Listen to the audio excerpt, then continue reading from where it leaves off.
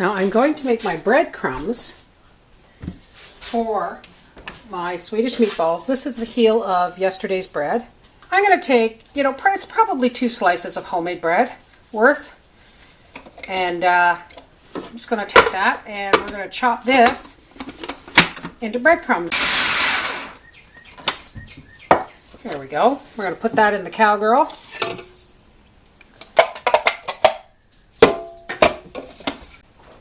And to that, we're going to add about half a cup of half and half cream. I'm using it because I'm low on milk. Now we're going to take an onion, pop it in there, small onion.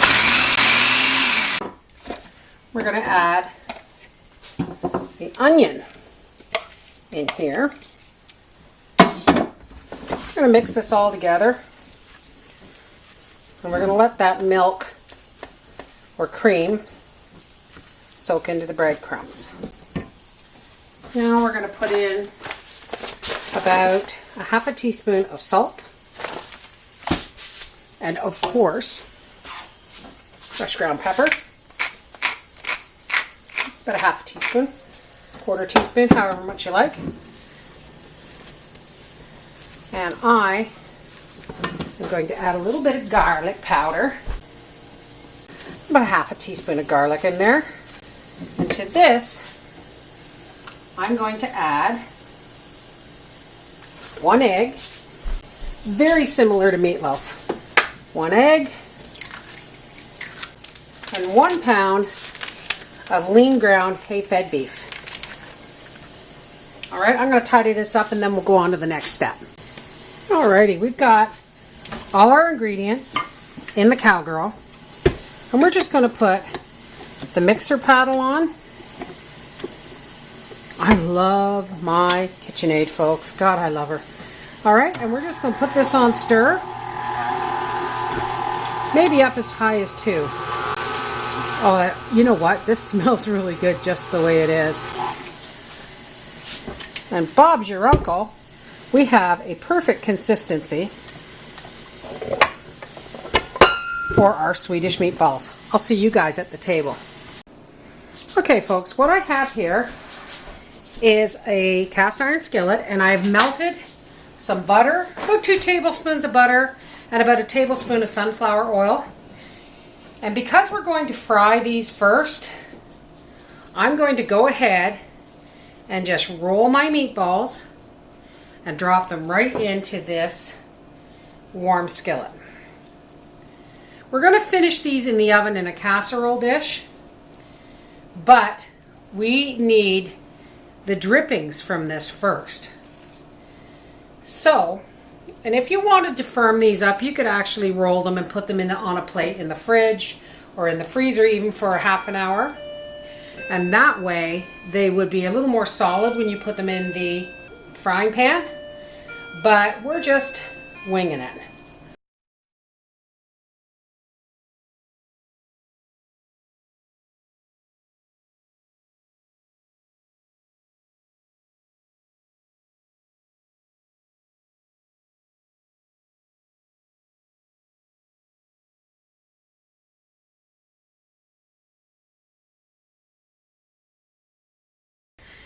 And there we go. Almost looked like I'd planned it that way, doesn't it? All right, we'll be back. I'm going to take these over to the stove and I'm going to start these browning. Now we have these on medium heat, and I've just, I suppose I should start it up hotter, but I don't want to fast fry them and take the bottoms off them when I turn them. So what I'm going to do is I'm just putting those on medium, and I'm just going to put a lid over them and turn them down and just let them brown in their own steam.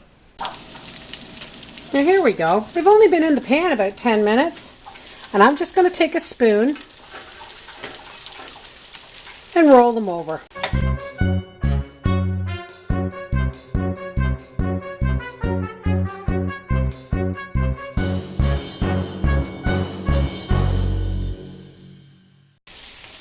And there we go. They're all turned over. And I'm going to turn this down to minimum. And I'm just going to let them cook slow. Okay.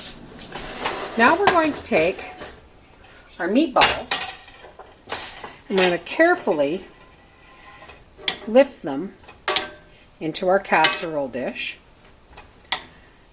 saving these drippings. So let's just set this aside for a minute. And I'm going to go get some mushrooms, and I'm going to get ready to make the gravy for this. Alrighty, I'm just going to pour some button mushrooms in here because I just love me button mushrooms.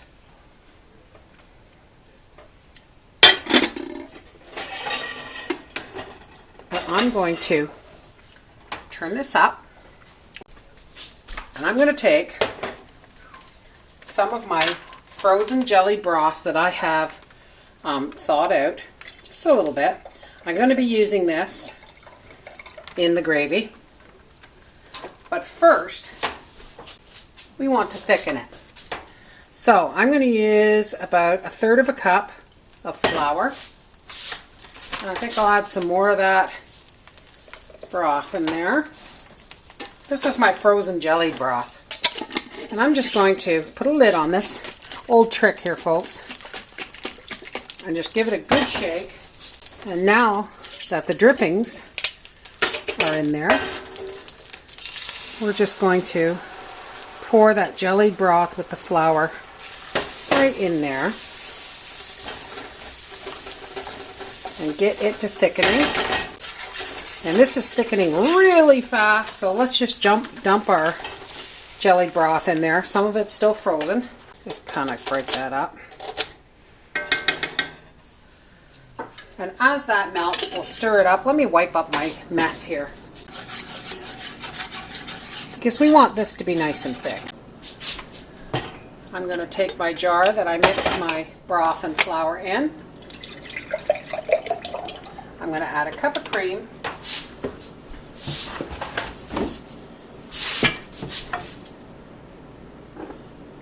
And a couple more tablespoons of flour.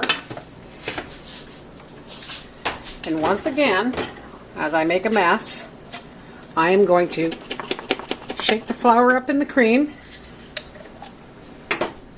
and I'm just going to pour that right in there. Oh, doesn't that look wonderful? Alright, that's lovely and thick, so I'm going to turn this off. And now we're just going to take our cream gravy. That needs 3-finger pinch of salt, some fresh ground pepper,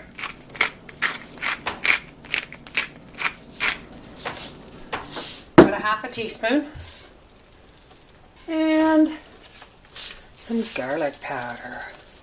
There we go. You can never have too much garlic. Well, I guess you can have too much garlic, but not in this house. There we go. That all mixed in there, and we are just going to pour this right over our meatballs and mushrooms. There it is. We're going to pop this into a 350-degree oven for about 1/2 hour, and we're going to serve it over egg noodles with a side vegetable. All right, we'll see you guys at the dinner table. Hi, Papa. Hello. And it's not bulky. Ooh.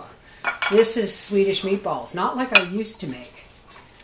This is Swedish meatballs. Might be too hot. Well, you'll just have to blow on it, won't you? Way hot. Tasty though. Well, hang on. Some more gravy. Okay, you can put the lid back on there. Briar will come to dinner when he's ready. For what we're about to receive, may we be truly grateful. Amen.